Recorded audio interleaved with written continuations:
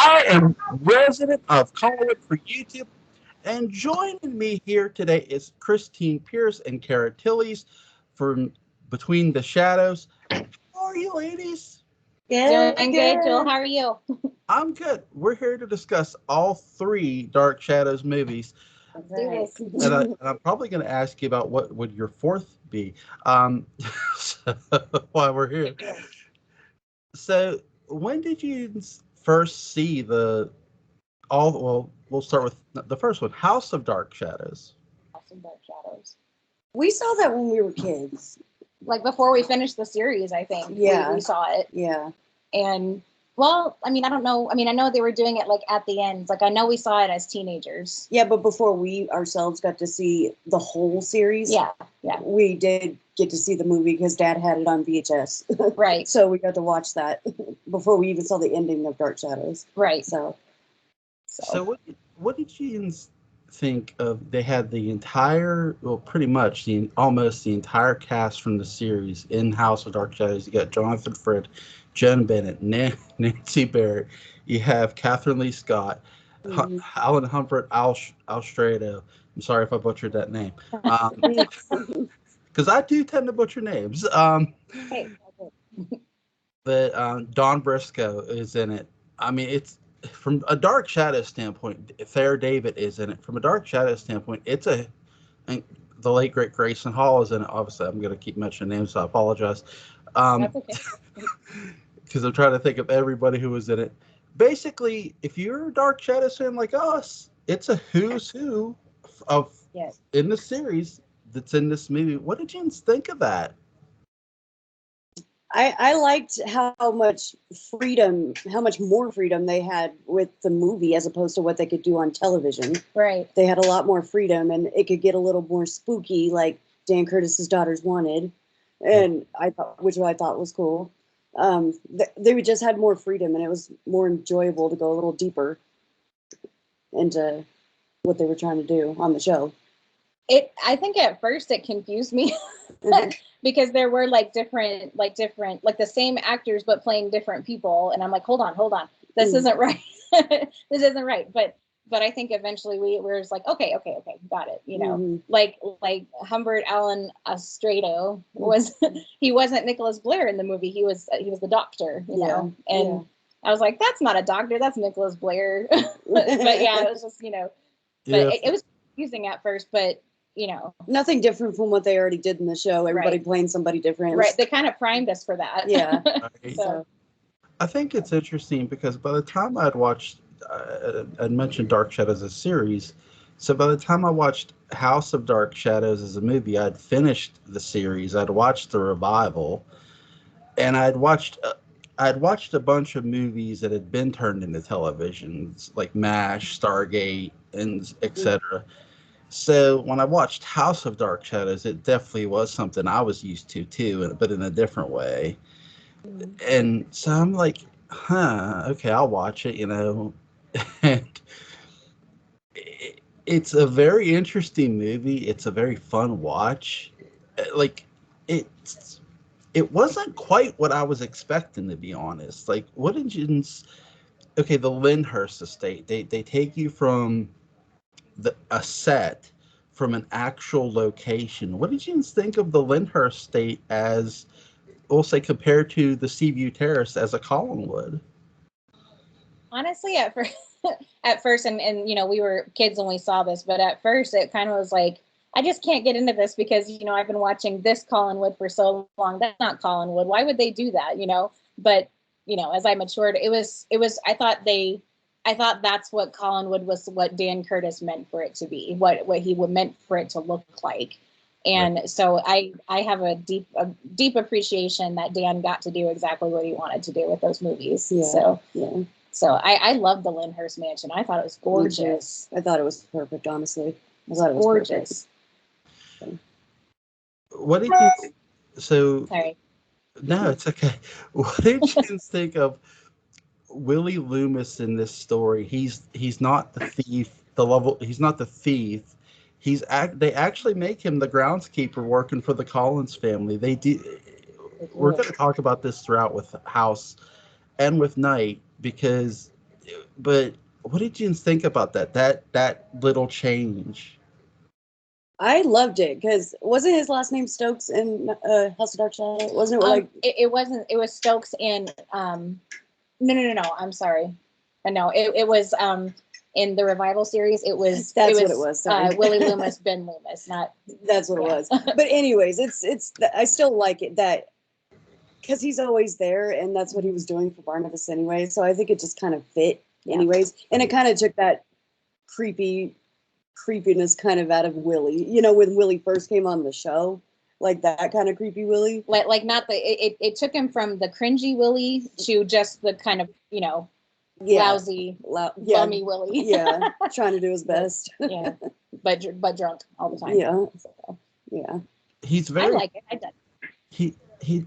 What I like about House 2 is, and we'll get this through most of these characters, is he's not quite exactly the series Willy Loomis. You know, they're adding. I guess I would call it somewhat of a fresh coat of paint to some of these characters to sort of make them, okay, yeah, you might be familiar with this, but are you familiar with this? Sort of misdirecting you a bit. Yeah. I completely agree. Yeah. And it was kind of like a nice fresh coat of paint on Willy, you know? Yeah. Because I don't think that it was unrealistic to, make Willy the groundskeeper. I think that was totally something that could have happened if, if Barnabas hadn't got a hold of him. I think eventually, especially getting away from Jason McGuire, he totally could have just stayed on and worked with the Collinses. So, I mean, I think that's totally believable. So. He was in that too, by the way. Yeah. Dennis Patrick. yeah, Dennis Patrick. It's somebody who I did forget to mention. Thank you. We're going to mention him too. Okay, so Dennis Patrick, as I'd say that's a big change too. Definitely. If you're familiar with Jason McGuire, here's Dennis Patrick. You saw as this con artist, Jason McGuire, this smooth swindler. He goes from smooth swindler to wearing a badge and being a cop. What did you think? Completely. I mean, he pulled it off really well. Yeah. I mean, he played the cop pretty well. It was so weird to hear him with an American accent instead of that Irish accent he had as Jason McGuire. Yeah. But I mean, I guess we kind of got a taste of that on the show when he came back as Paul Stoddard. But I have to say, and I don't know if I've said it before, but just because we're on the subject of him, it blew my mind. I don't know why I didn't catch it sooner in life, but like it blew my mind when I found out that Jason McGuire was Paul Stoddard. It blew my mind, and I loved the change in him, like in his acting. I loved it. I thought it was so cool. But it shows how versatile he is, because he played Jason McGuire and then turned around and played Paul Stoddard and then turned around again and played Sheriff Patterson, which was played good cop, and it almost was like, oh shoot, that was him. Mm-hmm. Mm-hmm. But I liked it. It was a nice switch, and it definitely shows the talent on the man too, I think. Yeah. But what did you think of Catherine Lee Scott is your protagonist in somewhat a way. She sort of becomes the damsel in distress in this movie, and they're sort of taking, the somewhat of a Maggie Evans kidnapping, but not quite to the textbook of it, and somewhat applying it into this movie. What did you think of that? I appreciated what they did with Maggie, because they completely omitted Victoria Winters, which is fine. I do like what they did with Maggie, except I never felt like Maggie Evans was a damsel in distress on the show. I felt like she was kind of, she always was tough. She was never like, save me, I'll save myself. And they kind of turned that around in House of Dark Shadows. They did make her a damsel in distress a little bit. Yeah, they did. But I still think it was realistic. I still think it was believable, and she played the damsel in distress very, very well. I thought so. Yeah. So I love what you're both saying. This is not, and I think that's something I want to stress too. These aren't the exact characters you see from the series. And that's something too. Maggie, we knew this Catherine Lee Scott, sassy, back-talking waitress who had no problem giving you a piece of her mind, along with that ham sandwich she was giving you. Yes. In the movie, that this ain't that Maggie Evans at all. No, it's not. And it's weird. Anytime I go back and watch this movie and throw it in, I don't know why, but I just discount Sam Evans as their dad. Even like exactly, not even there. Yeah, you know. Yeah, he's probably already dead at this point. Maybe, I don't know. Probably. Yeah, he died. Right. The characters like in the series had been killed off, but it just feels like that Maggie Evans she's like that's a whole nother person compared to this girl. Right. Like Bizarro World Maggie. Yeah, she doesn't even seem like, Sam Evans could be her dad. Yeah. And her dad is somebody else in this movie. It's not Sam Evans, it's someone else. Yeah. So after Willy releases Barnabas, he sort of teases us about he's going to come back to get his pay and much more. He releases Barnabas. It's not the exact way it was done in the series, which I'm fine with. I like again, Dan Curtis is doing the best he can to change some things and not make it too familiar to the series. And I like what he does here. He finds this little message above the lion's head or something. I can't quite remember, so I apologize. The lion's head watched watch over the dove, right? And so there's the chains, and after Willie gets them off, we see the familiar hand come up with Barnabas Collins. Yeah. What did you think of? And a friend let me know about this one after we did our review a while back ago. Shout out to Mark Gilman. What did you think of Sleepy Hollow Cemetery as the setting for Barnabas's resting place? That's kind of cool. I kind of dug that a lot. Totally. And I can definitely see that. If we're thinking of Barnabas Collins from the series, I definitely think that cemetery certainly did fit the MO for sure. Yeah, definitely. But I think it added to the creep factor too. It's like, the hot and cold. It made a beautiful Eagle Hill. I agree. Yeah. It was beautiful. So sorry. I have a thing for cemeteries, though. So it's a beautiful cemetery.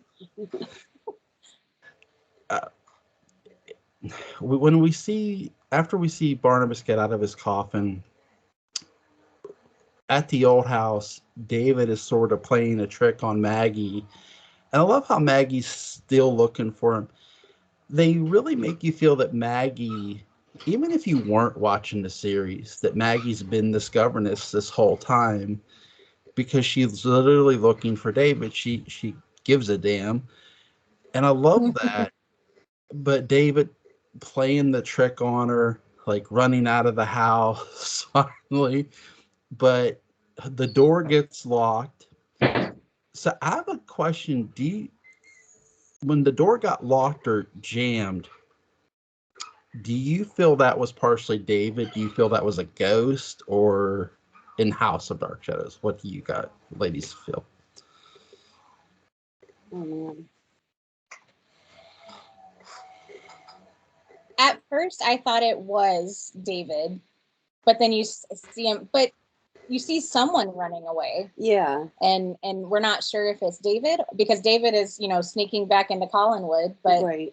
I mean, at first I definitely thought it was David, but then it makes you think that it could have been a ghost. Because, I mean, if we're going off, series standard, we know that the old house has ghosts, that's where Josette was and whoever else, Mm-hmm. and that's where the widows came too, if we're going off the series standard. So I don't know. I think it could very well have been a ghost. Yeah. But what did you think of, after she gets out and, God, I'm gonna blank on her boyfriend's name in this movie, so I apologize. But oh God, Jeff Clark. Are we talking? No. Are we talking here? House of Dark. Yeah, Peter. Oh, sorry. Jeff Clark. Oh yeah, Jeff Clark. Yeah, Jeff Clark. I apologize. Jeff Clark is your other protagonist in this movie. He's your hero. He's going to be your hero ultimately. with a huge assist from the unsung hero Willy Loomis. But we'll get into that.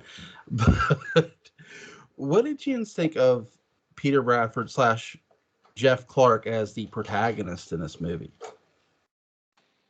I thought it was a nice change for the actor, for sure. Yeah. Again, it's always refreshing to see when they change it up a little bit as far as how they got to act before.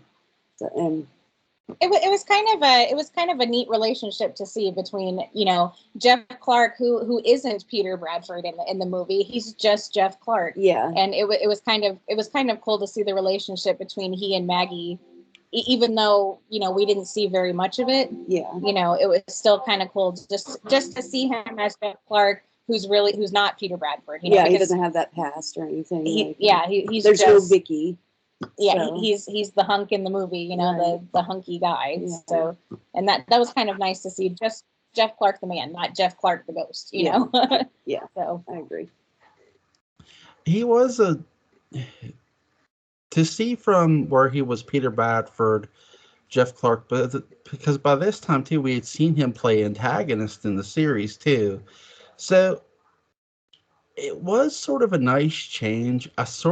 I'm not nitpicking at all when I say this. I sort of do wish they would have gotten Joel Carruthers to sort of play somewhat of a different version of Joe Haskell. I think that he was busy at this time. If another friend of mine, Fred Barnabas, had told me about that he was busy, shout out to him. And if he's watching this, hope you feel better, dude. But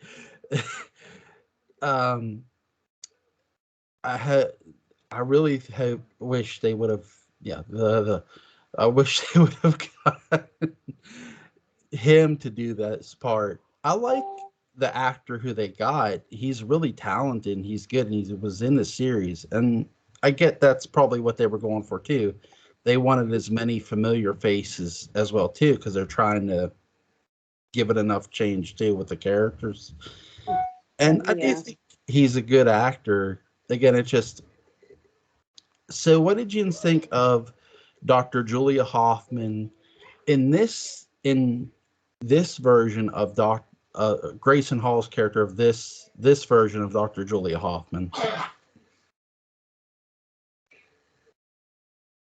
She didn't feel too different for me. Yeah. I do think they touched way more on the fact that she fell in love with Barnabas. Yes. Yeah. Yes. Which ultimately was her downfall, you know, kind of like it was in the series. I think she's the character, aside from like Elizabeth and Roger, I think she's the character who changed the least going over to House of Dark Shadows. Yeah. But I think she was still kind of the mad scientist type. And when I first saw it as a kid, I'm like, oh my gosh, look at that hair. She looks like a mad scientist. But yeah, I think Julie is one of those characters who kind of maintained her character going through to the movie. I think so. So, yeah.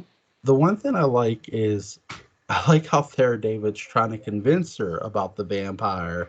Like before she finds out, like, you can't be serious. I am serious, Julia. And she halfway believes him. She's like she respects him as a colleague. Mm-hmm. And this is right at the point of Carolyn's death happens. Mm-hmm. But before I get into that, so what did you think of Carolyn, the funeral scene? What did you think? Gave me chills. Like, again, I can't hear Psalm 23 in church because all I can think about is Cherry Lacey.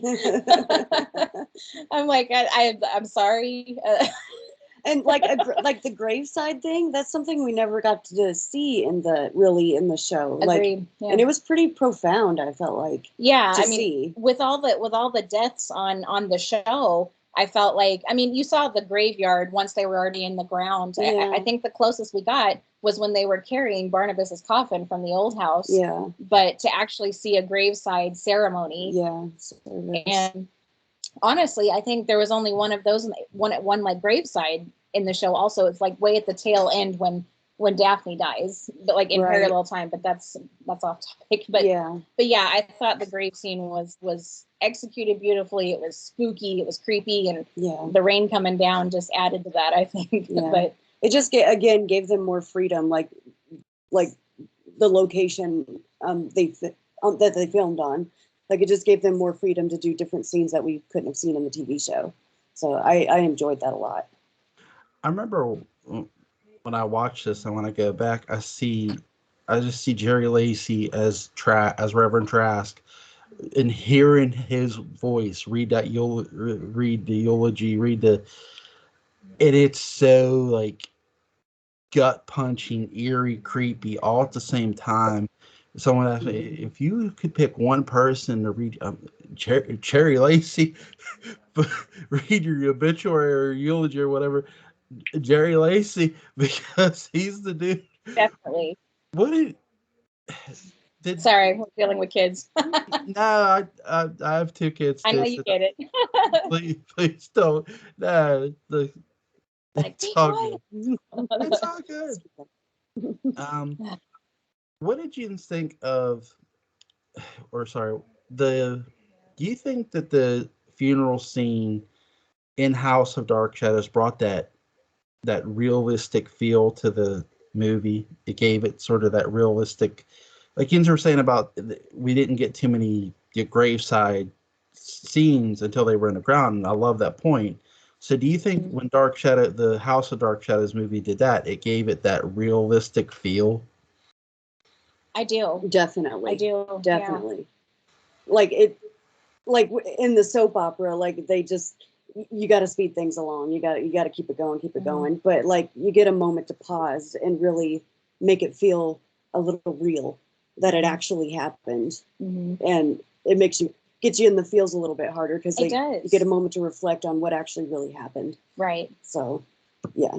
It's interesting because I agree with both of what you just said about because in the revival, we do get that with Jeremiah after he dies, and it does sort of feel like a bit gut punching. Right. So, but they do it way before with House of Dark Shadows. They do it in a movie first and foremost with, House.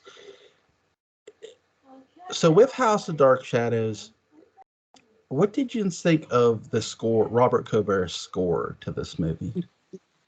Robert Colbert. It was spot on. Yeah. Spot on, of course. It was great. It really was. And I kind of appreciated the updated version of Colbert's music. Yeah. In the movie. Like, I mean, it's a little more modern. Yeah, a little more modern, a little more maybe mastered. I don't know. I'm not an audio person, but but I thought it was perfect. It was, all of his music was. Yeah. So what did you think of, we get the blue whale, but it's sort of expanded in a big way. It seems more like I guess a bit more like a bar, in a sense, a bar restaurant. What did you think about that? It was definitely, I think, a little more modern to the era they were entering at the time when they filmed the movies. And it was just more relatable and, like kind of like a bar and grill these days, like a 70s bar and grill. That's what it felt like. I got a kick, and I got a kick out of the cigarettes in the machine. I'm like, man, what a day to be alive. I can't do that anymore. Now you got to have an ID, and maybe at the casino. Yeah. I got a kick out of that when I first saw it. And our parents were like, oh yeah, that was totally a thing. That was before our generation, but I got a kick out of the smokes in the machine, but like a vending machine. But there was a friend of mine who, now I don't drink or smoke, but there was a friend of mine who I went to a bar with at one time, and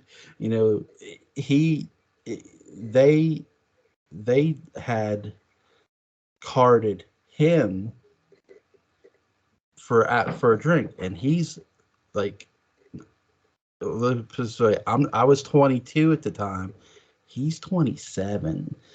And it's like, I looked at that bartender like, now I didn't ask for a drink, but I could hear him asking. I'm just like looking at him like, huh?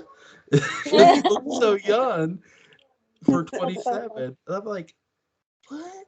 Like, you just didn't ask that, did you? And it's like, yeah, he did. But it's crazy. I feel good when they call me, so. It's like I had to do a double take. Like, wait, what? But little So, sorry for getting off topic, but House of Dark Shadows. What did you think of Joan? Yeah, Joan Bennett. Her character isn't too badly changed in this either, and Yeah.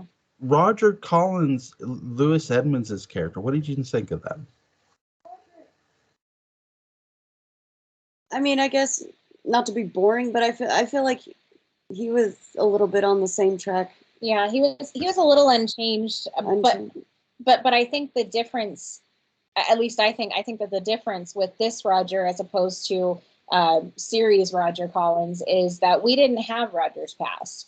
We didn't know that he was a dirtbag. We didn't know he was just Liz's brother. You know, he was living with his sister and, you know, a member of the family, but Roger wasn't that guy with the sneaky past who was always trying to cover it up. And he was just Roger Collins, just a member of the family. Yeah, and just maybe just a jerk a little bit. Maybe just, you know, just that attitude, that a rich guy, you know, but not a rich, you know, dirty guy, just a rich guy who criminal. Who kind of thought he was better than everybody else. Yeah. but yeah, I don't think Roger's character was drastically changed. No, I don't. But you're right, the change, but minus the past, and I didn't realize it until, but that does make us look at Roger in a different light when we don't see any of that. He's just Roger Collins, you know, like we're meeting him for the first time and had no idea what his past was like. So I kind of like that too. So it's nice to see Roger in that light. What did you think of Carolyn's death? Her character getting killed off in this, Nancy Barrett's character. I definitely did not expect it when I first watched it. I did not expect them to actually kill her off. And the pain of her boyfriend seeing her and then seeing her killed, it was so dramatic. It was so dramatic. And again, something we never got to. I mean, they did a great job on the show as far as the dramatics and the theatrics and all that. They did a great job, but it was kind of like the tables were turned because Carolyn lost Jeb, had to watch him die, and had so many failed relationships. But now we see the other side of that when Carolyn dies, and we see, you know, the reaction of her lover and, you know, her significant other. So it was kind of nice to to get the turn on that. You know, I'm sorry that she died. I wish she hadn't died because I love Carolyn, but again, these aren't the same characters they were in the series. And speaking of that, I think like the whole reluctancy in these vampires in house is not there. No, there is. And like Carolyn, like immediately like starts to haunt David, like come to David, like he's the next victim or something. You know, it was just no reluctancy, no remorse. This is what we are, and honestly, I guess that's what a true vampire is. Yeah, that is a true vampire, and I think that's what Dan wanted. You know, he was like, the writers came to him and was like, well, he's not gonna, you know, Barnabas isn't gonna be reluctant. He's like, no, we're not gonna do that this time. This is going to be a horror movie. You know, and all the vampires were just fine being vampires. They had no qualms. So I love how the lady just drops the tray. Carolyn's body's just laying there on the ground on the floor. That stayed with me forever when I first saw it. It stayed with me, and I like ingrained in my memory, and it creeped me out. I love the blood effects that they were able to give us in the movie. Yeah, it was great. Yeah, indeed. What did you think of Professor Stokes, David's Professor Stokes in this movie? Now, Professor Stokes, you know, when we talked the first time, Professor Stokes was one of my very favorite characters on the whole show. But I think they, and I'm trying to figure out how to say this without sounding mean about it, but I feel like they took away some of his cleverness. You know, he was more just Budinsky, you know? Yeah, I can see that. I mean, I think, you know, Professor Stokes didn't fault anyone for what they were in the series, you know, but he was after this vampire. He was the vampire hunter, and I didn't like that about Professor Stokes. Yeah. Because Professor Stokes, he was just, it wasn't him being fascinated. It was just him out to destroy the vampire because he's the one who knew the most about it, you know. Yeah. So I don't know. I think they were. I don't know. I don't know if they were doing this on purpose with him in this movie, but maybe they were. Maybe they weren't. It felt like they were trying to sort of make him a halfway Van Helsing, in a weird way, but not quite the intelligence level of what he was in the series. Where in the series, with to give a great example, in this series, in the original series, Professor Stokes, Barnabas asked Professor Stokes in the series for a medallion to protect him from a witch. Right. And Right. Professor Stokes shows up at the old house, and Barnabas goes, "Well, where's the medallion?" And Professor Stokes goes, "I'll show you the medallion when you show me the witch."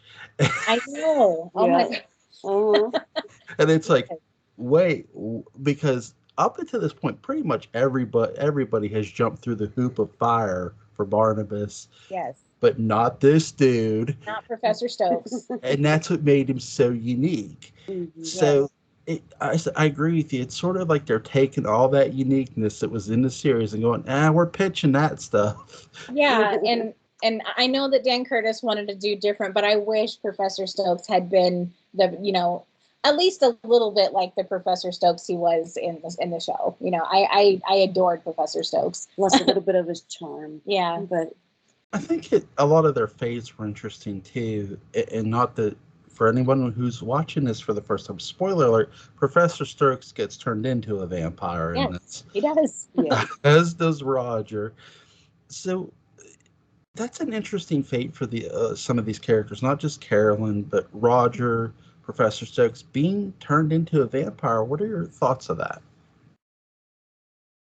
It was very interesting to see, because just it felt like all of a sudden towards the end, towards the climax of the movie, like everything just started to go downhill. Like one it right was after the other. Roger, it was Professor Stokes. It was everybody just started to go down. It was kind of like a zombie movie where everybody's getting bit, everybody's turning into zombies, and by the end, I mean, Elizabeth is the only one left standing from her family. Yeah.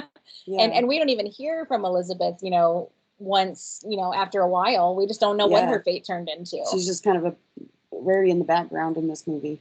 So we don't hear much from David either, other than after the Carolyn's turn, turns and stuff. We don't hear too much from David. I'd like to think David survived, but I'm not sure. It's something when I go back and watch this movie, I can't be too certain. Well, did David survive? I'm still watching. I'm still not sure if he survived. I know Elizabeth probably did. But, but I'm not so sold on David Hennessy's character for whatever reason. Okay, there's a line in this movie, and I gotta give another shout out to Mark Gilman. He brought up this question when we first did this, and it's a great question. There's a line in this movie, Barnabas says it, when they turned me into a vampire. So, in you girls' opinion, who is they? Well, Angelique's name is never once mentioned, like in the movie. Yep. Like House of Dark Shadows.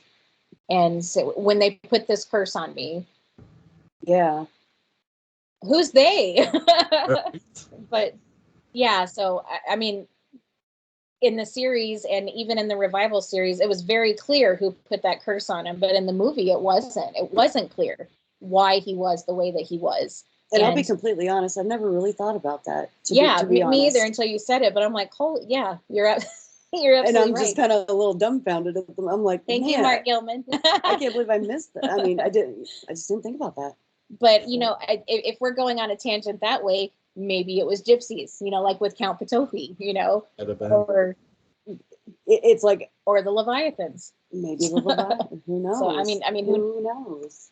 Didn't have to be Angelique. She was nowhere there. She was nowhere in that movie. So I love both of those. So. I'll give you mine. I'll give you Mark's, because he did come up with the question when we first did this. I'll do Mark's first. He thought it could be the disciples of Judah Zachary. Because we never knew how many disciples he actually had, which is a hell of a suggestion. Yes. And for whatever reason, I thought that maybe it was Josette's own family, because we don't really hear much about him in House. Like, Right. we don't really hear nothing. I mean, we hear about him in the series, sure.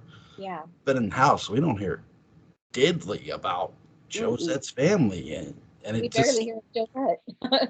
And if anybody's questionable, it could be her Aunt Natalie. yeah. Like, she could have been dabbling and could Yeah. have put a curse on him for. So- Natalie dabbled so much, and I wonder, I think she wasn't above putting a curse on Barnabas. Yeah. Right. The question is definitely open for interpretation massively, and it's a great Yes. question. Mm-hmm.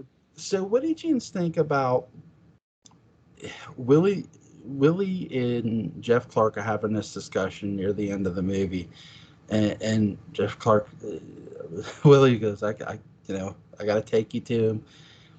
He tells that to Maggie, but when it gets near the end of this movie, Willie double crosses Barnabas Stakes, and what? Even after like somewhat saving his life, he helps Jeff Clark in a weird way. What did you think about that?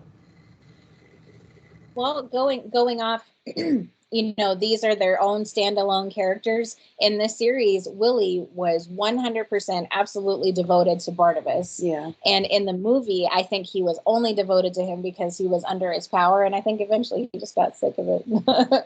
And maybe they kind of took that quality from Ben Stokes, way like back from the show. You know how he was so loyal to Barnabas no matter what, because he was the best one that treated him best. And maybe they just kind of took that quality a little bit and put it in Willie for that movie. I mean, that's how I felt a little. But Ben couldn't double cross him either. So I don't know. I think Willie in House of Dark Shadows was just kind of even in the series, wrong place, wrong time, and now he's under Barnabas's power. Yeah.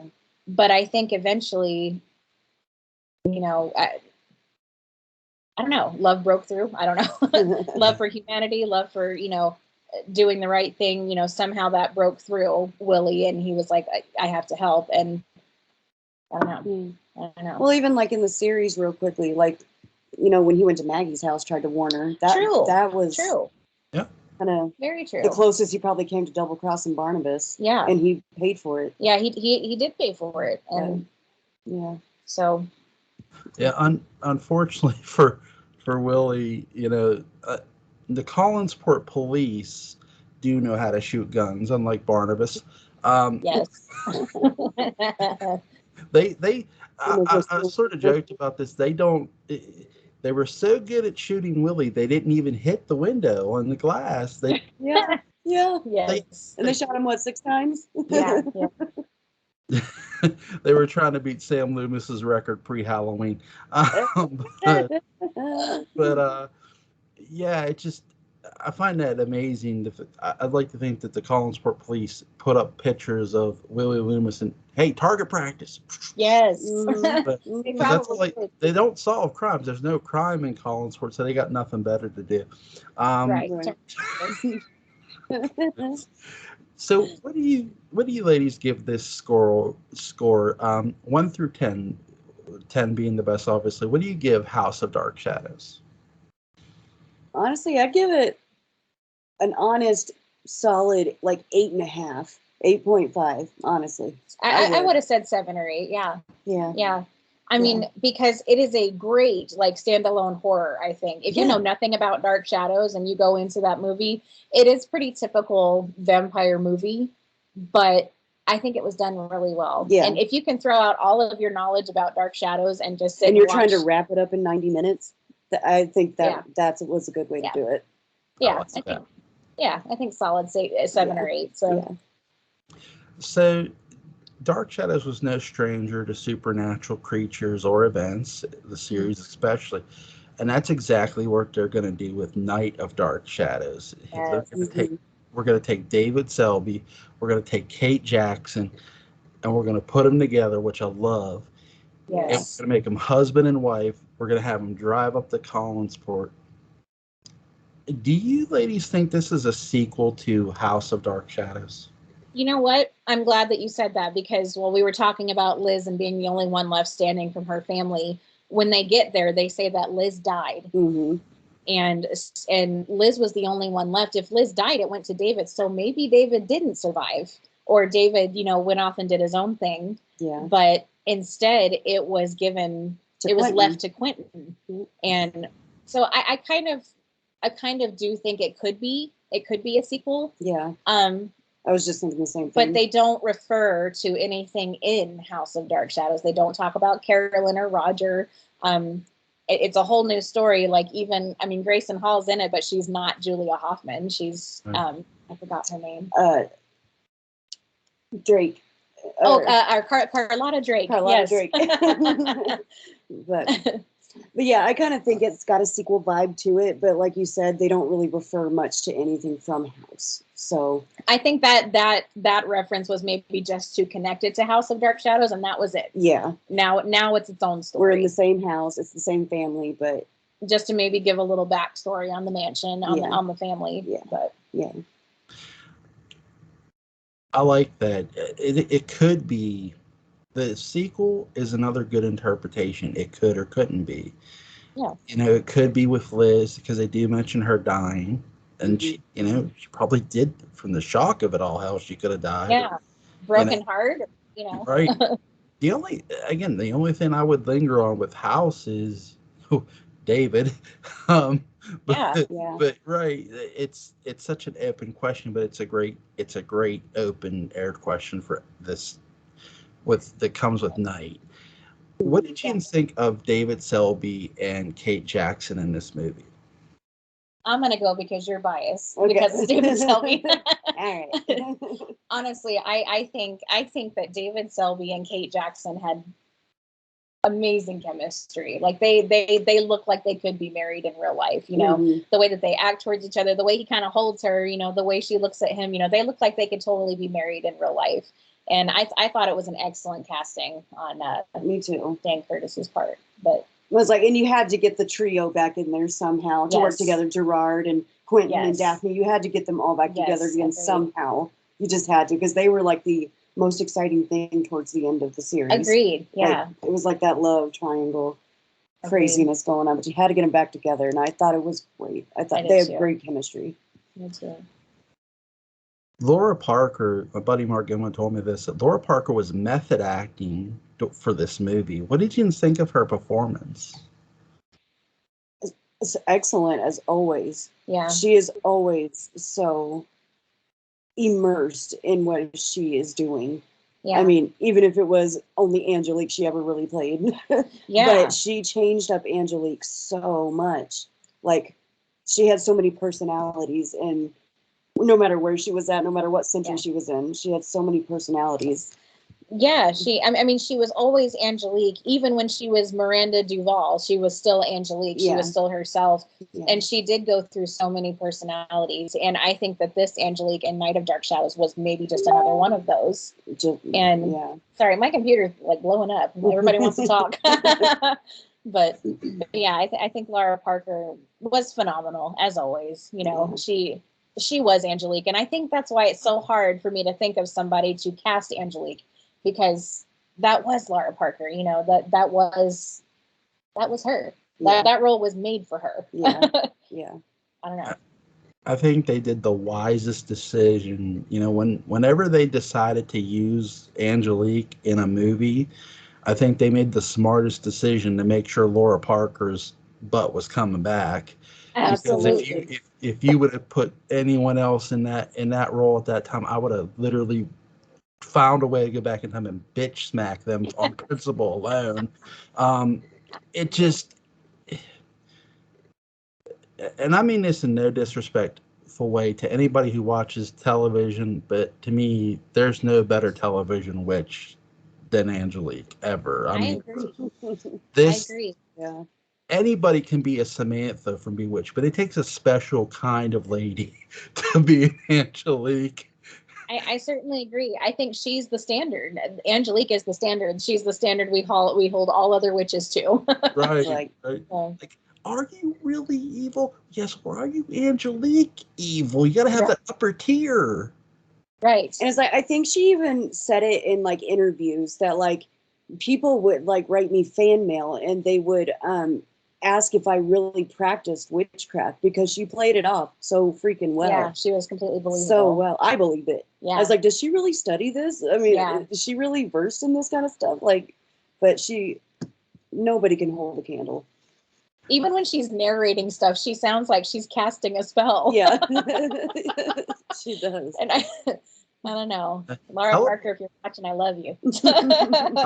She's a hell of a writer, too. She is. So, yes, huge shout out to Laura Parker, obviously. If she does watch this, I'm not saying she does, but we love you, girl. We do. But what did you think? They sort of more focused on the grounds, on the estate of Lyndhurst, more so in this movie, I feel, than they even did in House. What were your thoughts on that?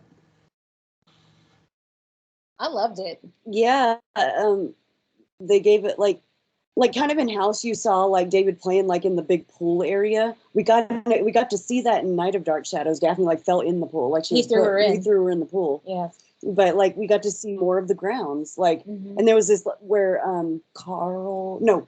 Alex, his name was Alex. Willy's character, his name was Alex in this movie, but he went into this. It looked like a massive greenhouse. That's what it looked like. Yeah. And the glass kind of fell from the ceiling, and he had to run out. Right. But right. you just got to see like and the stables, the horse stables. Yeah. Like you never got to see stuff like that.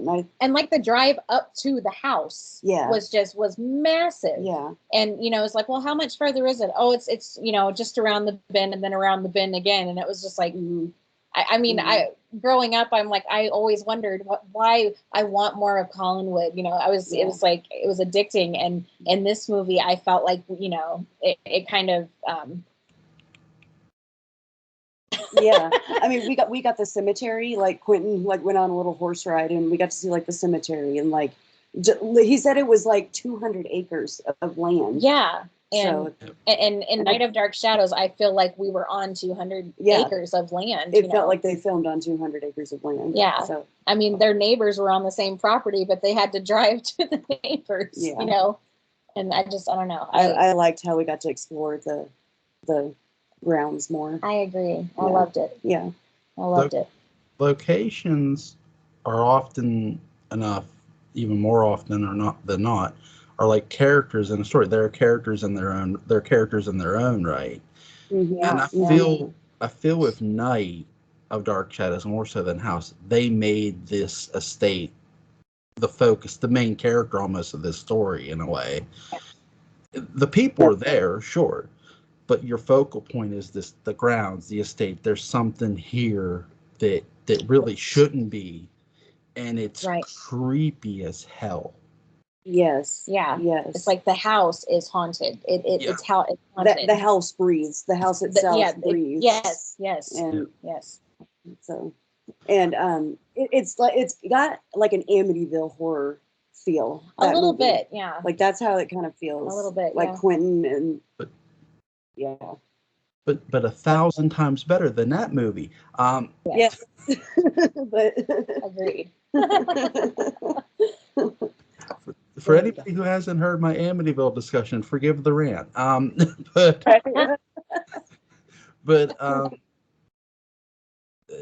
Yeah, that's a whole nother discussion. Oh God.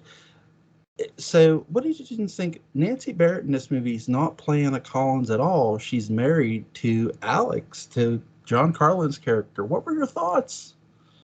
I liked it. Yeah, you didn't think that Carolyn and Willie could have chemistry, but they did. But they did, and it was a breath of fresh air. That they were two different characters that you didn't even know.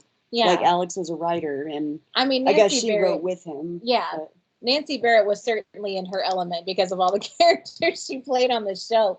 But it was nice to see her, not as a Collins, not as a rich girl, not even really associated with the Collinses too much, well, not like Letitia Faye. And, she lived on the grounds, but in a totally separate house, and I kind of like to see her in that element, Yeah. And she nailed it, Yeah. She did. What did you think of them? I love how they use the scenes in this movie. They go from present to past, from present to past. And the Mm-hmm. cinematography and how they do this is so good and quick. It's like 1 minute here, next minute here, then you're right back, and it's beautiful to watch. What did you think of that? I liked it. I mean, I feel boring as I say I like everything, No. I but love it. It's good. but no, I mean, it was very interesting, and again, how they switched up the characters a little in the past. Like Quentin was Charles Collins, Yeah. which kind of reminded me of like the Charles Delaware Tate aspect because While he was painting, he was a painter in the movie. So I kind of feel like maybe they kind of twisted that around just a little bit and made it a different story, which was cool. Yeah, and they brought back Diana Malay, which I love they too. did, That was and so Christopher cool. Pinnock was in it Yes. as his brother in the past. Was he Gabriel? I think he was Gabriel. He Wasn't he was Gabriel in Night of Dark Shadows? He was Gabriel. Yeah. He and was. he was married to Angelique. They really in Night. They flipped this, and how Night of Dark Shadows is flipping a lot of things around with Charles Collins. Now, when Charles Delaware Tate painted a portrait, it came to life, sort of Dorian Grayish. Yeah, right. But with Charles Collins, when he painted, because Angelique says Brenda painting the life, Charles. Mm-hmm. I'm not so sold that she's meaning that literally. I think because when he paints his dead wife, I think she's meaning kill her to be with me. That's how I took that. Me too. When I watched it, it's like I'm like, God, girl, like that's cold.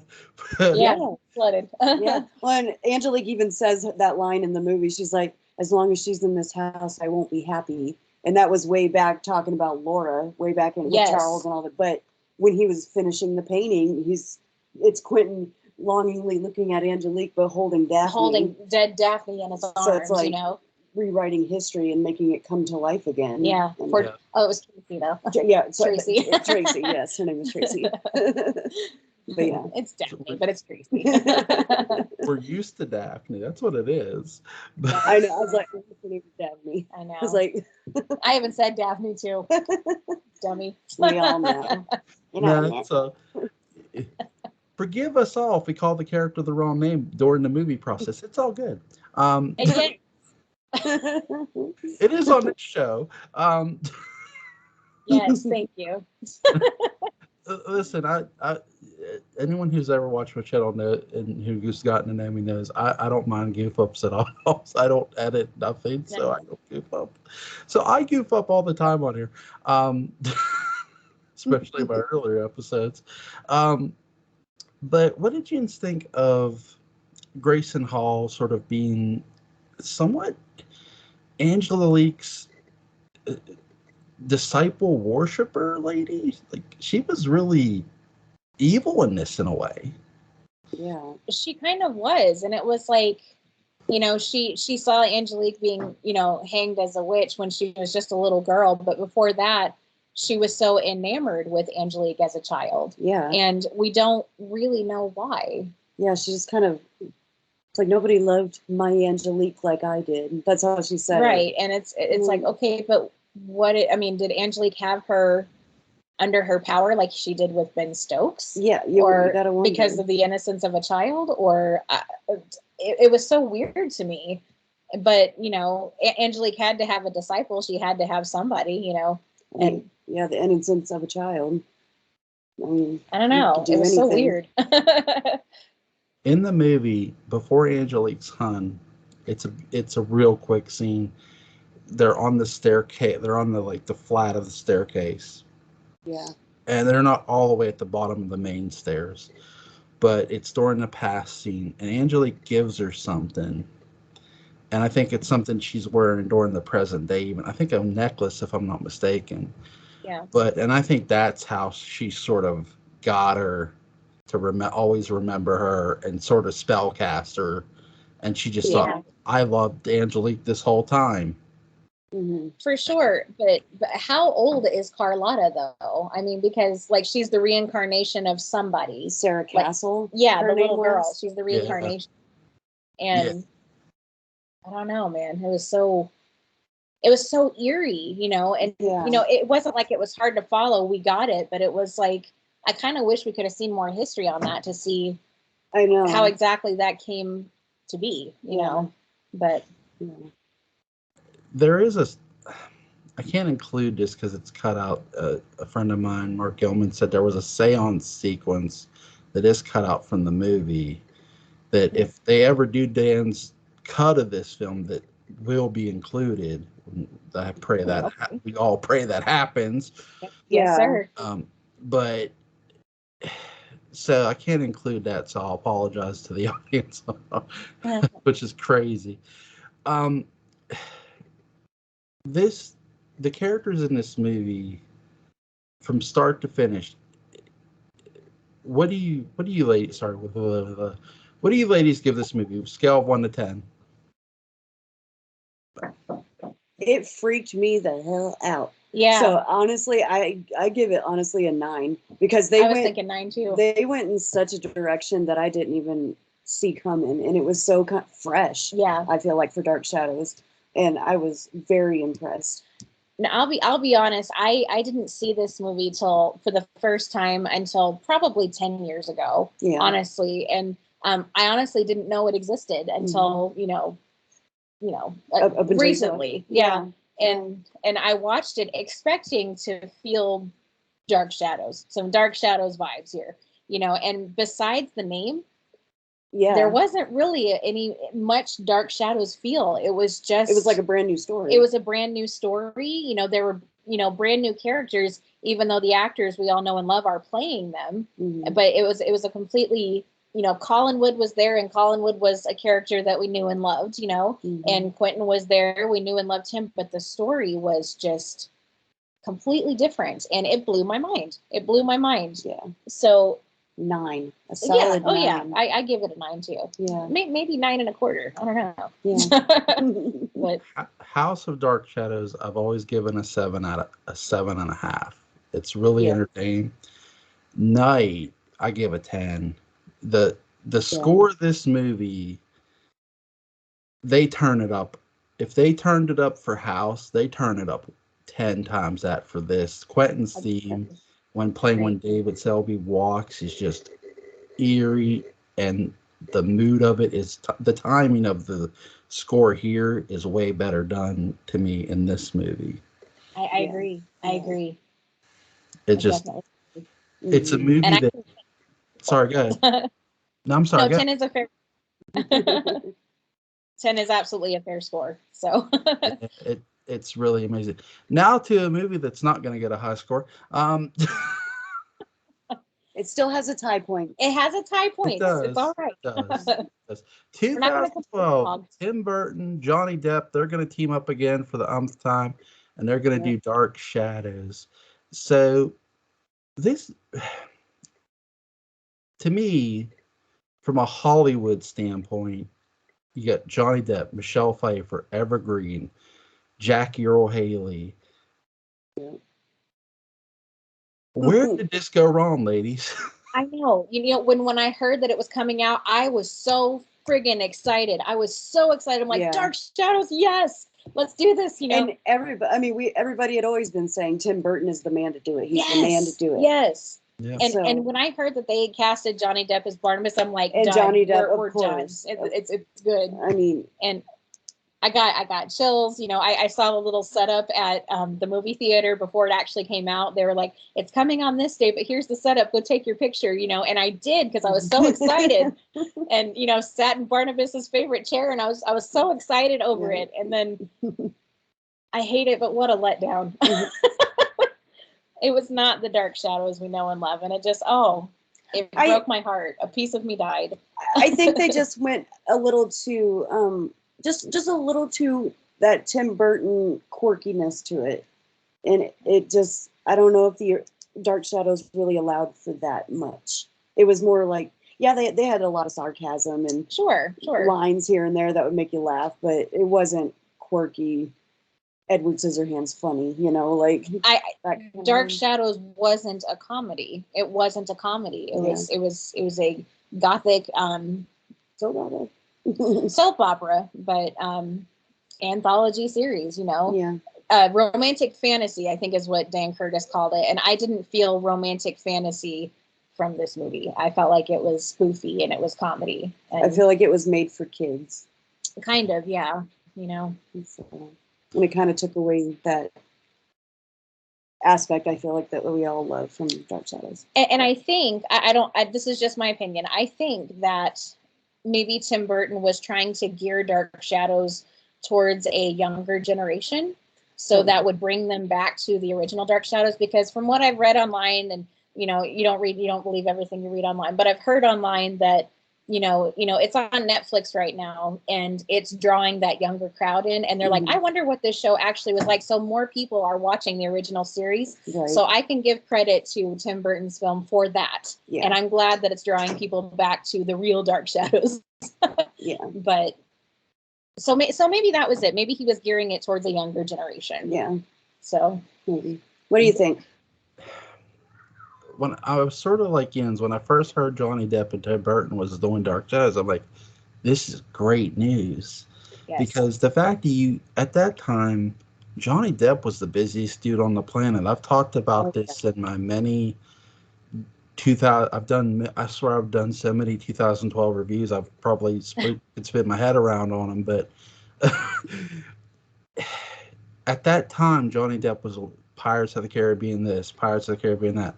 You know, this movie, that movie. There wasn't a movie. It felt like there wasn't a movie Johnny Depp wasn't in at that point in time. Right, and he was literally the busiest dude on the planet. So when they announced that Dark Shadows was finally getting into production, I was excited. And as it kept getting cast, I'm hearing these things, I'm thinking, those are some big names that they're putting in there. Yeah. And I don't... This is sort of what hinted it to me, and I don't know why. And I love Alice Cooper, and I think he would have been good in this movie if he'd have been cast right. When they said he was going to cameo himself, I thought, and I'm like, because when you have that, it's usually not a good sign that you're having someone play themselves. Right, and because when a friend of mine was keeping me up to date on it, and they said, hey, Alice Cooper got cast. I went like this. I'm like, as Barnabas's dad? And they're like, no. I'm like, okay. And I'm like, oh, yeah. I'm like, well, who's he playing? Himself. And I'm like, Jesus Christ. But it just... Because Collinwood was supposed to be a place where they hadn't heard of anything. They hadn't heard of Dracula or anything in the outside world. So that just kind of just seemed weird to me, you know? Yeah. But right. And I think that, okay, I like the set design. So before I get into what I like, what did you ladies like about it? Again, with the scenery and, you know, Collins Port, I do like that we got to see so much of the town and the cannery, the docks. and the docks, and the blue whale just popping, happening, man. That's how I pictured the blue whale. Yeah. You know, just full of people, chock full of people all the time. There's this, you know, old fisherman in the back, you know, and he's got his posse around. And I kind of, being in a port town, being a bar in a port town, that's kind of how I envisioned the blue whale. Always being packed because people coming and going. And when she, you know, when they drop her off in the van at the beginning of the at the beginning of the movie, they drop her off at Collinwood, like at the gate. And you know, the gate, it looks run down, it looks, you know, in disrepair, and it's very wooded, you know, like you would expect Collinwood to be, the drive up, and you know, all you can see is trees, but right at the top of the trees is the very tippy top of the tower room of Collinwood. And I thought that was so cool. I'm like, there it is, it's behind all those big trees. And she had to walk that long walk up to the house. And so I kind of think they did portray Collinwood pretty well. Yeah. I mean, I thought Collinwood looked great. I did miss the old house though. Yeah. But Widow's Hill looked great. Yeah, Widow's Hill was spot on, I think. I thought, yeah. And the walks through the gardens, you know, in the beginning. I'm sorry, but the walks in the garden, and like when they showed his parents before his parents died, and walking through the gardens on the ground, I thought that was so cool. You know, just seeing the grounds, and I'm a little sick, so I'm losing my voice. I'm sorry. But I hope you feel better. I'm working on it. Got a podcast to do. I can't do this. Oh my gosh.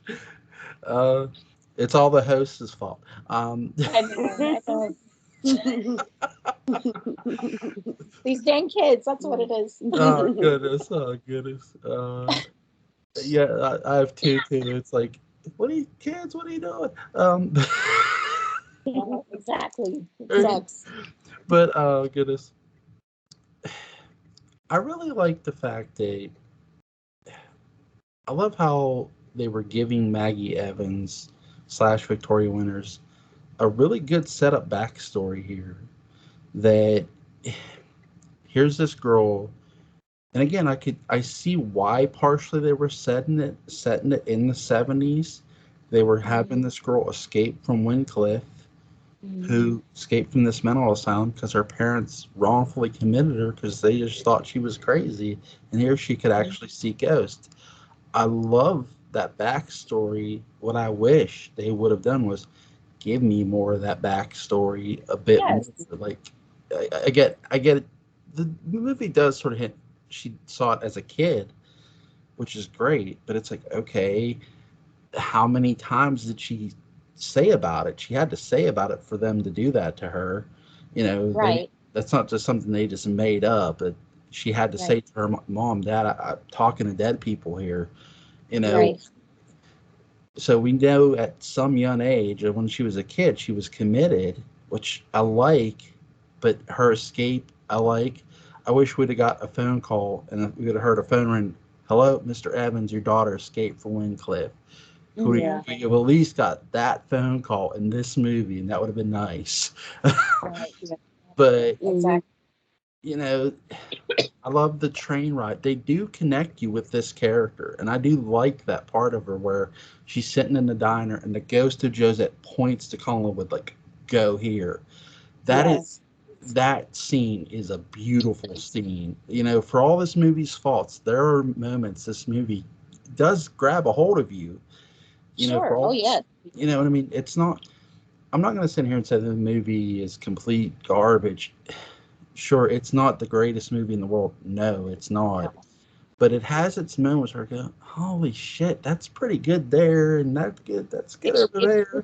It's good in parts.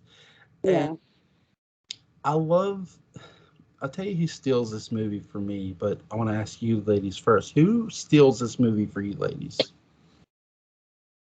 Michelle Pfeiffer steals the movie for me. Honestly, I thought I was okay with her being Mrs. Stoddard. Yeah, Michelle Pfeiffer really did do really well as Elizabeth Stoddard, and I thought she made a really good matriarch of the family, just trying to hold everything together. And the way that Liz did, and again, we don't get any of Liz's past with Michelle Pfeiffer, and that's fine.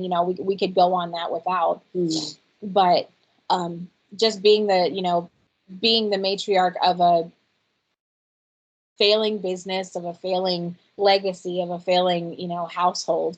And, I thought Michelle Pfeiffer did great. She did wonderful. And, I don't think Johnny Depp was awful as Barnabas. Not at all. I thought, I thought, especially in the beginning when he's narrating, I'm like, you can tell that he studied Jonathan for it. You can tell. Well, him and Tim Burton, they grew up on that show too. Right. They watched it. I mean, they knew what they were getting into and did their homework. I think the start of the movie was really good. I'm like, oh, this is the first 5-8 minutes of the movie. You're that movie opens up and the secret room comes on. I'm like, yes, we are there, baby. He's up on Widow's Hill. I'm like, okay, yes, okay. I loved it so much. But so I would probably say Michelle Pfeiffer too. Yeah. But I think Johnny Depp was a close second for me because I did enjoy him as Barnabas. I thought he did all right.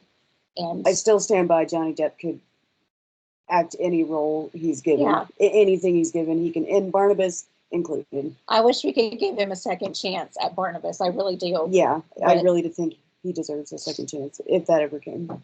But I wish we would have got. I think the biggest mistake with the 2012 movie, and I'll get into that here in a second. I do want to give them a steals.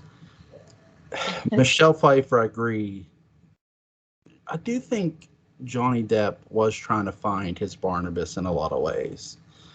I agree. I don't think he was trying to be Jonathan Frid, which hey, Ben Cross wasn't trying to be Jonathan Frid either, and I applaud the hell out of him for that.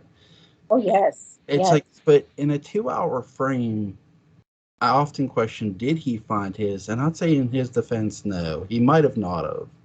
I do think, again, this was a guy at the time who was super busy. And I'm not making an excuse for him because I like the guy or nothing. I just feel that it's somewhat unfair to crucify him over a role that he didn't write, you know? He didn't write lines, he just delivered them. Sure. Could he have pulled Hollywood weight and said no? Sure, I'm sure he could have. But, you know, is that really his job? No. Yeah. But even though I don't like how the fact that times you can root for Angelique in this movie, Eva Green did a phenomenal job. Don't you? She is just beautiful to watch and just mesmerizing, and she's sinister at doing it. Yes. I wish I could have. There's times I want to look at Barnabas and movie. Do you see what you're passing up here? Yeah. Beautiful woman wants you. Just, hey, all she's saying is just give things up. But it's like, it's fun to sort of poke fun at because it's things you can't poke fun at in the series, right? Because we know the ramifications of it all. Agreed. But I tell you what, another one I liked is Jackie Earle Haley's Willy Loomis. We don't see a ton of him in this movie. I thought he was a pretty good Willy Loomis, though. He was great. My favorite line in this movie is when him and Barnabas are dumping Julia Hoffman in the ocean, and Barnabas is like, "You better not tell a soul." And Willie's like, "Oh, don't worry, Barnabas. I didn't like that bitch anyway." And I just start rolling when I hear that line. Yes, because as my buddy Patrick McCrae pointed out, John Carlin would have had no problem saying those lines. He sure wouldn't. Yeah. It's like, it just makes me sort of laugh and think, man, what if John Carlin would have got to be in this movie or something? I don't think Ben Stokes would have been past saying it either. Yeah. Never liked pitch anyway. Yeah. And I got to give it up for Helena playing Julia, because she can act her ass off too. That's a tough role. And for what Tim wanted for that movie, I think she had it spot on, because I know that's how he wanted Julia for the movie, and that's cool. Yeah. I actually kind of like that she would drink a little too much. I actually kind of like that, like just to deal with the stress of her job, right? And being the actual family therapist, right? That takes a lot. She's like, every year I get twice as old and half as pretty. I thought that was an excellent line. Yeah. She, just kind of feeling the drag of it all and the stress of it all. I agree. Helena Bonham Carter did pretty great. I wish Julia was a little more dark in the movie. Yeah, but I mean, she was dark. I mean, but Is it like when I go back and watch this movie, because when I watch the Dark Shadows movie, I'll watch all three of them together. Yeah. With the third film, with Julia Hoffman in this movie as Dr. Julia Hoffman, did it feel like you were just waiting for her to be like hired by Angelique this whole time in that movie, or am I the only one? I don't feel okay, and this is just me, and this isn't to like dog Helena Bonham Carter's acting, but I do feel like she wasn't strong enough not to be used by Angelique. Right. I think that she could. I think she had the mentality of being a pawn in Angelique's game, and I think her mental spirit and her stamina. I think that she could have very easily been used as a pawn by Angelique. Yeah. But I mean, and she really wasn't, but.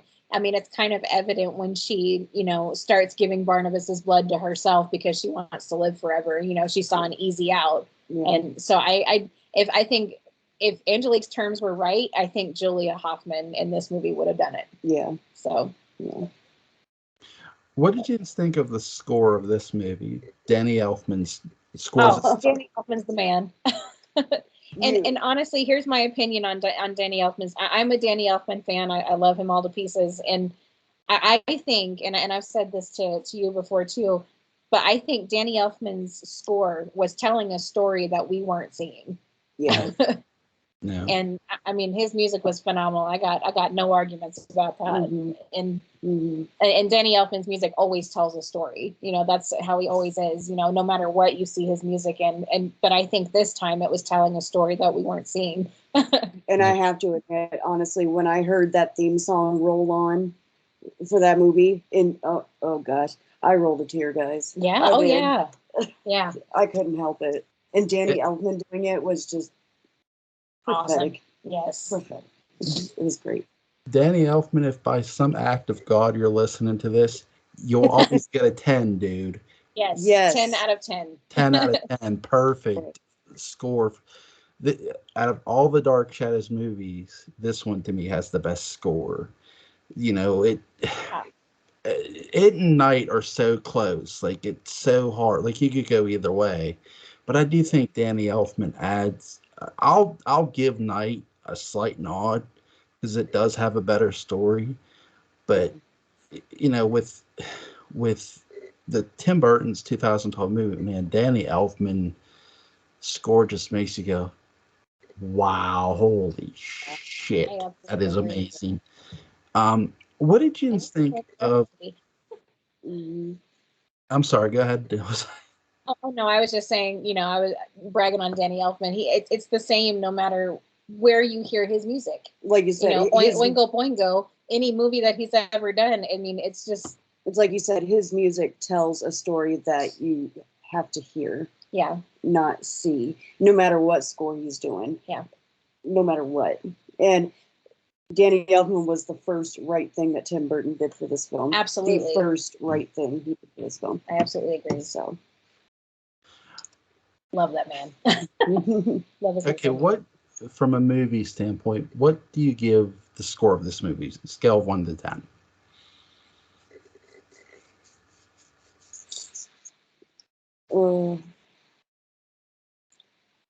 I would be generous and give it a 7. Honestly, I'd be generous and give it a 7. I would say I'd say a 6 or a 7, and I think that I would give it that because, again, the more I watch it and the more I think about it and the more I hear about it, it is Dark Shadows in a way.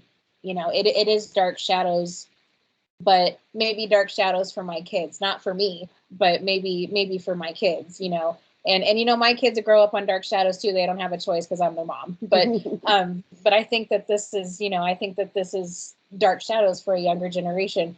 And you know, they did get, there were some things that they got spot on, you know. Yeah. And I can't, you know, crap on the entire movie. I can't. No, not at all. I can't. Not at all. And I still watch it, even though I'm like, oh, this movie, I still watch it, you know? And if I really hated it as much as I say I hate it, I don't think I'd watch it so much. Yeah. So I 6 or 7. Yeah.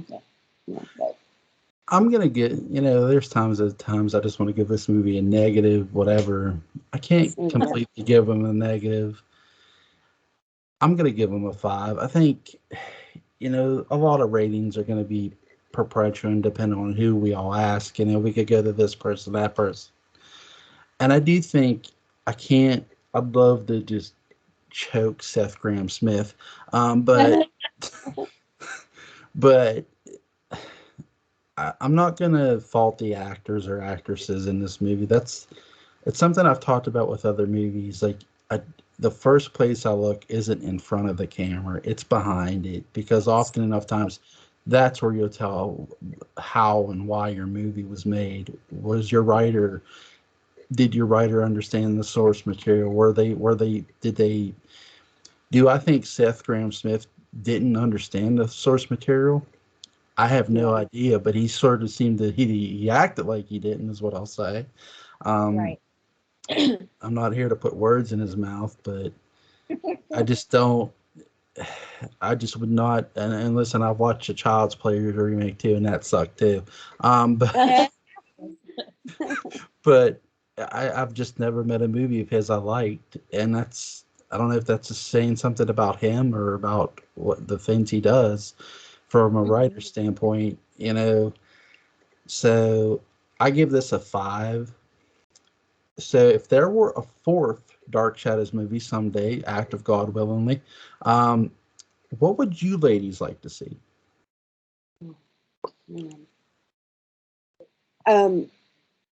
I've been thinking about it a lot since you suggested the episode, but I think they should definitely go more in depth with the widow story. I think that would be very cool to see in like a TV series, like shows these days. They're like 10 episodes a season, which is pretty great. That's 10 hours of straight Dark Shadows that we could get, as opposed to 90 minutes in a movie. Right.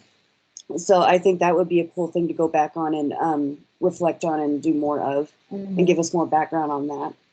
You go ahead. I would like to see. I mean, in the Tim Burton film, they did kind of do it. Show the past the way that they did, and that is another thing that I'll give this movie. Because they did show us a little piece of the past, and they did it. They didn't have to go back in time. They just kind of did that as like a backstory before they started the main story. And I definitely want to see that, because if they're bringing Barnabas on as a vampire, then we absolutely have to know why that happened, and I don't know. And I would like to see Alice Cooper as Barnabas as Joshua Collins. I think that would be so cool. And the revival series did that going back into the past thing pretty well. Yeah. Like without letting it drag on and on and on. Yeah. They did it pretty well. They got it wrapped up in 2 episodes, 3 episodes maybe. And the one thing I'll say about Eva Green is that I think that she played a woman scorned as well as a witch like so well. And the one thing I wish we would have seen more from Eva Green is I don't feel like she cast many spells. Yeah. She more was just, vindictive.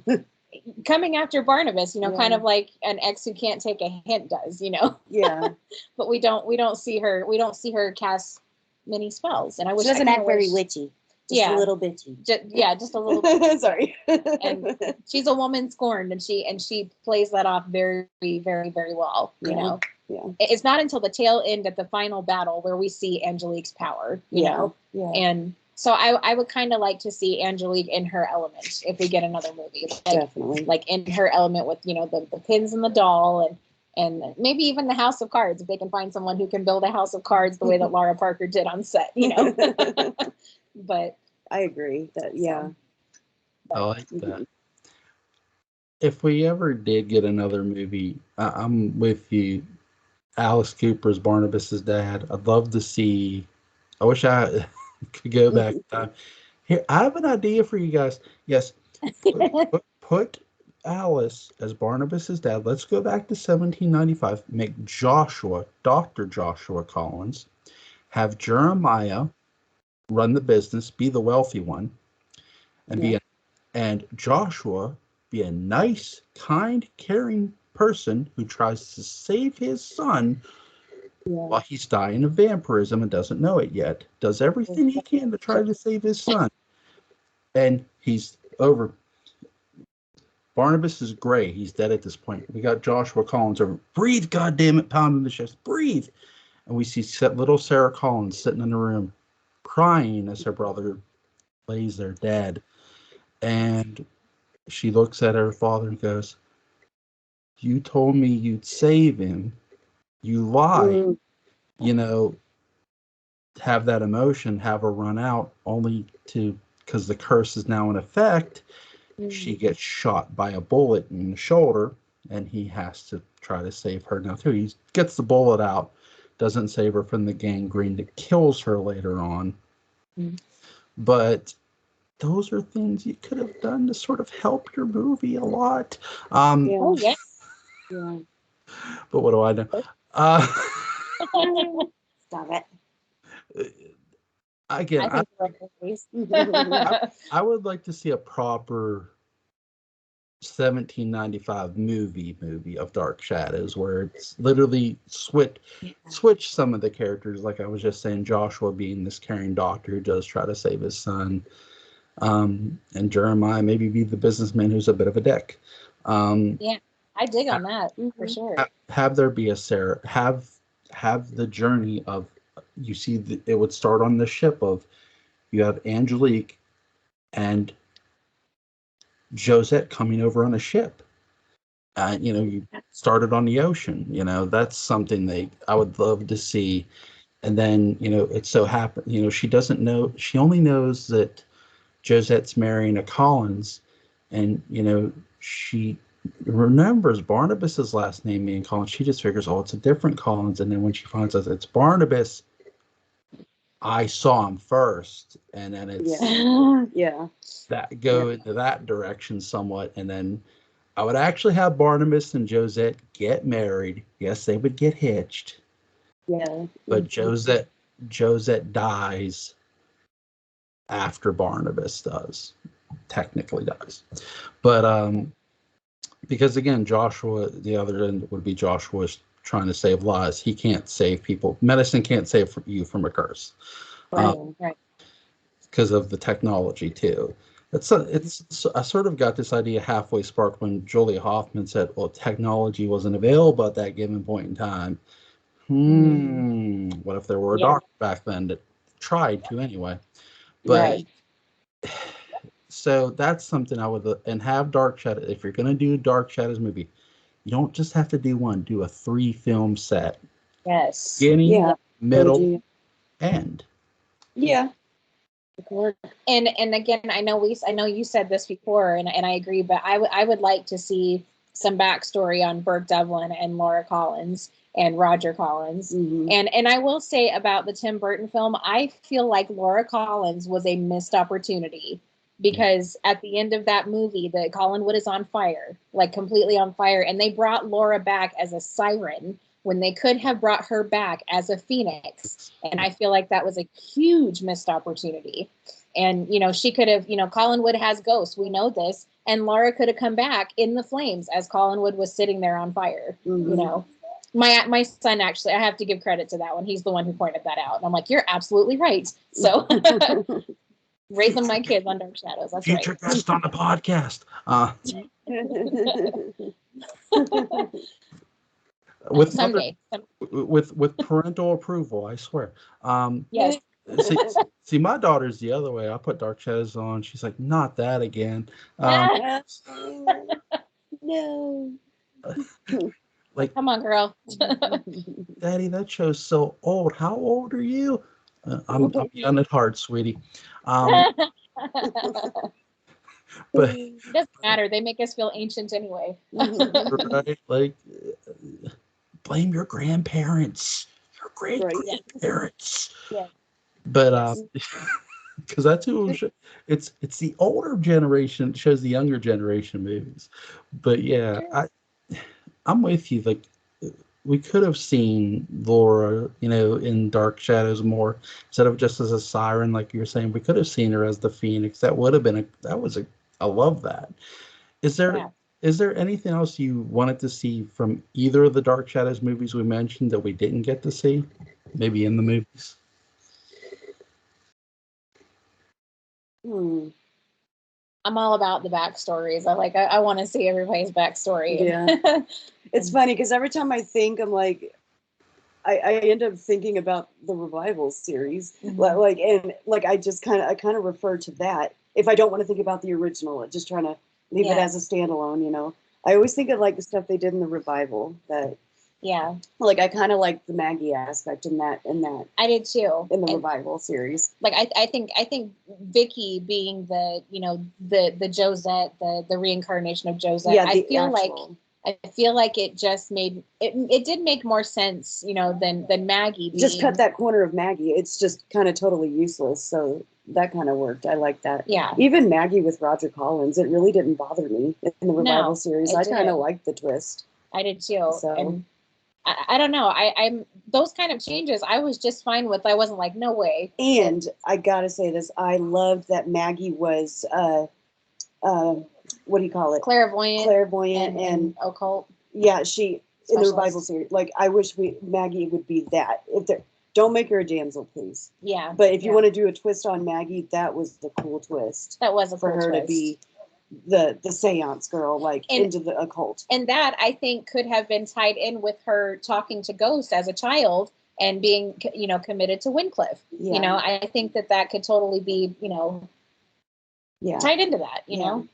And she's older now, she's an adult, and now she is the one people come to when they have a question about the occult or the supernatural. Mm-hmm. And it feels totally normal. It's not like taboo. Yeah. Like it just feels totally normal to go ask Maggie about something weird. Yeah, exactly. I like that. So I wouldn't mind seeing that in a movie, just focus on Victoria as Joe said. And Maggie being the medium that they call on, Medium, that's the word I was looking for.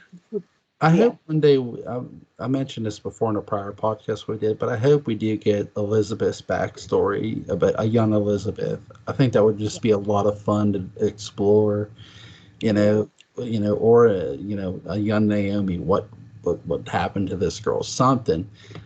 It would just be so much fun to hear from all these other characters, like Burke. Okay, Burke went to jail for what was that like? Well, what. Yes. Just honestly sit there and think about revenge.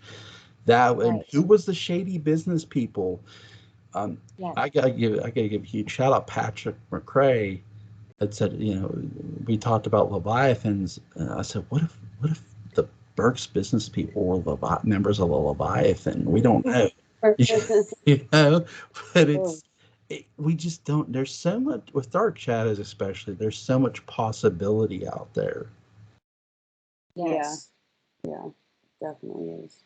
I'd maybe like to see Burke Devlin come back and find out that Victoria is gone because she went into the past. That would be cool.